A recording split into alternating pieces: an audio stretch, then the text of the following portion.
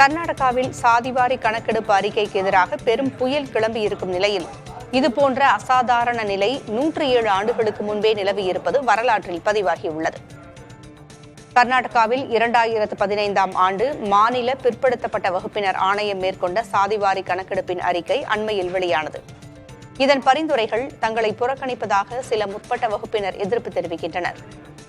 கர்நாடக அரசியலில் இப்படி ஒரு நிலை புதிதல்ல.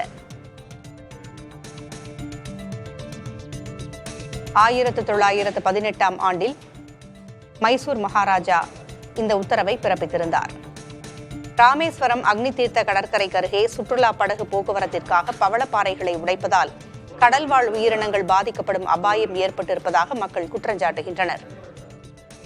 கடல் அரிப்பை தடுக்கும் இயற்கையான பவளப்பாறைகள் சேதமடைவதால் கரையோர பகுதிகள் கடல் சீற்றத்தால் பாதிக்கப்படும் என்றும் மீன்வளம் குறைந்து மீனவர்களின் வாழ்வாதாரம் பாதிக்கப்படும் என்றும் கவலை தெரிவித்துள்ளனர்.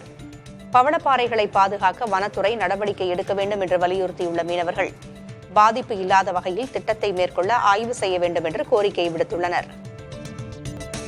திருச்சி மாவட்டம் மணப்பாறை அருகே 30 ஆண்டுகளுக்கு பின் ஒன்று கூடிய முன்னாள் மாணவர்கள் தங்கள் ஆசிரியருக்கு பாத பூஜை செய்தனர்.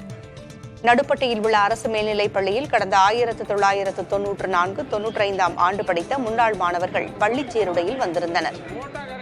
தங்களுக்கு பாடம் கற்பித்த ஆசிரியருக்கு பாத பூஜை செய்து ஆசி பெற்று ஆசிரியர் மீதான அன்பையும் மரியாதையையும் வெளிப்படுத்தினர்.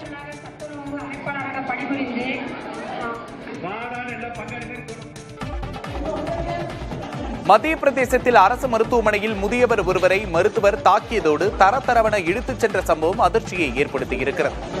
நவுகான் பகுதியைச் சேர்ந்த உதவ்லால் ஜோஷி உடல்நிலை சரியில்லாத மனைவியை சத்பூர் அரசு மருத்துவமனைக்கு அழைத்துச் சென்றார்.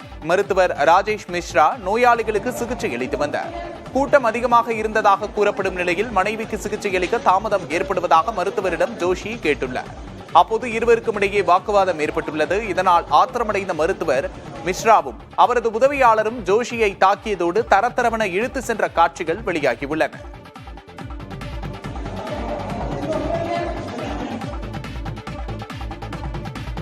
ஈஸ்டர் தினத்திலும் ரஷ்யா தாக்குதலை தொடர்வதாக உக்ரைன் அதிபர் ஜெலன்ஸ்கி குற்றம் சாட்டியுள்ளார். ஈஸ்டர் தினத்தை முன்னிட்டு 30 மணி நேரம் தற்காலிகமாக தாக்குதல் நிறுத்தப்படும் என்று ரஷ்யா சனிக்கிழமை தெரிவித்திருந்தது. ஆனால் உக்ரைனில் பல பகுதிகளில் ரஷ்ய வீரர்கள் தாக்குதலில் ஈடுபட்டதாக உக்ரைன் அரசு தெரிவித்துள்ளது.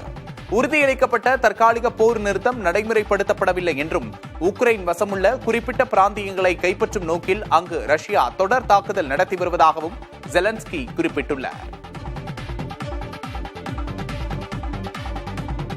அதிபர் டிரம்புக்கு எதிராக அமெரிக்காவில் போராட்டம் வலுத்துள்ளது. வரி விதிப்பு, வெளிநாட்டவர்களை வெளியேற்றுதல், கல்வி நிறுவனங்களுக்கான நிதி நிறுத்தம், அரசு ஊழியர்கள் பணி நீக்கம், காசா, உக்ரைன் சார்ந்து அமெரிக்காவின் நிலைப்பாடு, அரசு முடிவுகளில் எலான் மஸ்கின் தலையீடு என பல்வேறு விஷயங்களில் டிரம்பின் நடவடிக்கை மக்கள் மத்தியில் பெரும் கொந்தளிப்பை ஏற்படுத்தியுள்ளது.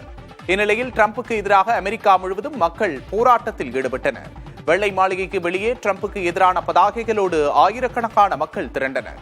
சர்வாதிகாரத்திற்கு எதிராக ஜனநாயகத்தை பாதுகாக்க போராட்டத்தை தொடங்கியிருப்பதாகவும் மீண்டும் ஒரு சுதந்திர புரட்சியை உருவாக்குவோம் என்றும் போராட்டக்காரர்கள் தெரிவித்துள்ளனர்.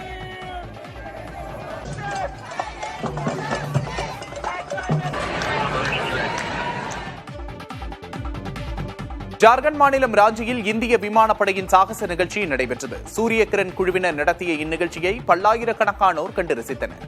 2 நாட்களாக நடைபெற்ற இந்நிகழ்ச்சியை மத்திய பாதுகாப்புத்துறை இணையமைச்சர் சஞ்சய் சேத் மற்றும் அத்துறை உயரதிகாரிகள் கண்டுகளித்தனர். இதில் விமானப்படையைச் சேர்ந்த ஹெலிகாப்டர்கள் தாழ பறந்து சாகசங்கள் செய்தன. போர் விமானங்கள் இந்திய தேசிய கொடியில் உள்ள 3 நிறங்களில் புகைவிட்டவாறு பறந்து பார்வையாளர்களை வெகுவாக ஈர்த்தது. விமானங்கள் நடுவானில் உருண்டும் பல்வேறு வடிவங்களை விண்ணில் ஏற்படுத்தியவாறும் பறந்தது பார்வையாளர்களை மெய்சிலிர்க்க வைத்தது. மாணவர்களுக்கும் இளைஞர்களுக்கும் இந்திய விமானப்படையின் மீது ஈர்ப்பு ஏற்படுத்தும் வகையில் இந்நிகழ்ச்சி இந்தியாவின் பல்வேறு நகரங்களில் ஆண்டுதோறும் நடத்தப்பட்டு வருகின்றது.